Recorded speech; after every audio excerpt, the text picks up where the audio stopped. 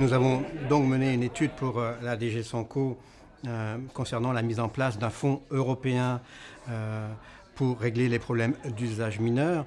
À l'issue de cette étude de 6 mois, finalement, les conclusions principales sont les suivantes. La première chose, c'est une mise en place tout d'abord d'une coordination européenne supportée par un fonds européen. Il faut des ressources pour mettre en place cette coordination. Jusqu'à présent, il y avait eu une coordination qui avait bien fonctionné dans les années 2002-2009. Actuellement, il faut passer au stade supérieur. Il faut une coordination beaucoup plus forte. Il faut le développement d'outils de gestion de données et il faut également la gestion de projets et résoudre des problèmes au niveau européen et non pas au niveau national comme actuellement. Les usages mineurs, ça reprend deux problématiques particulières. La première problématique, c'est le manque de produits phytosanitaires pour des cultures mineures, dans la mesure où l'industrie phytosanitaire considère que le ratio coût-bénéfice n'est pas suffisant pour homologuer un produit sur un usage particulier. Donc, absence, les produits existent, mais l'industrie phytosanitaire ne dépose pas de dossier, donc il n'y a pas de produits autorisés pour les agriculteurs, pour les producteurs.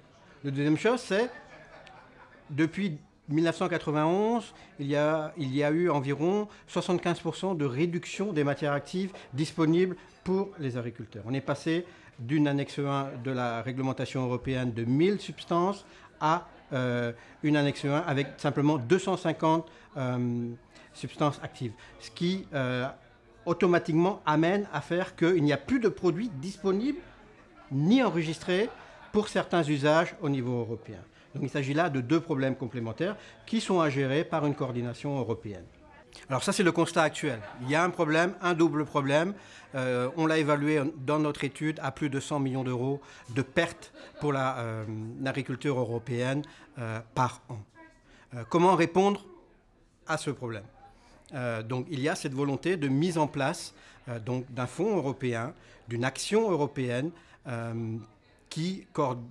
pour la coordination de toutes les actions pour l'échange de données au niveau européen qui permettrait, d'après les acteurs que nous avons vus pendant cette étude, de résoudre environ 60% des cas.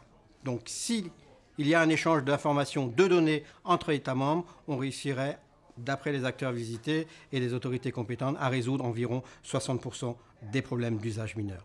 Le reste doit se faire par l'intermédiaire de projets gérés au niveau européen pour trouver une solution, une alternative au manque de produits phytosanitaires sur certaines cultures, certains usages.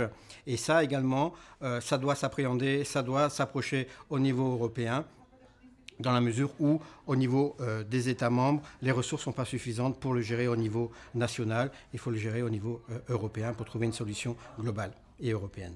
Nous sommes observateurs, nous ne sommes pas acteurs. Aujourd'hui, la conférence a permis de finaliser et de résumer l'ampleur du problème. Donc ça, c'est la première étape, c'est une étape de définition du problème. Quel est le problème ? À partir de maintenant, doivent s'enclencher des étapes complémentaires qui doivent être menées par tous les acteurs, pas simplement attendre que la Commission avance sur le sujet, mais tous les acteurs doivent avancer en parallèle, en coordination, pour faire en sorte que cette coordination-là apparaisse, se concrétise, se formalise dans un avenir relativement proche.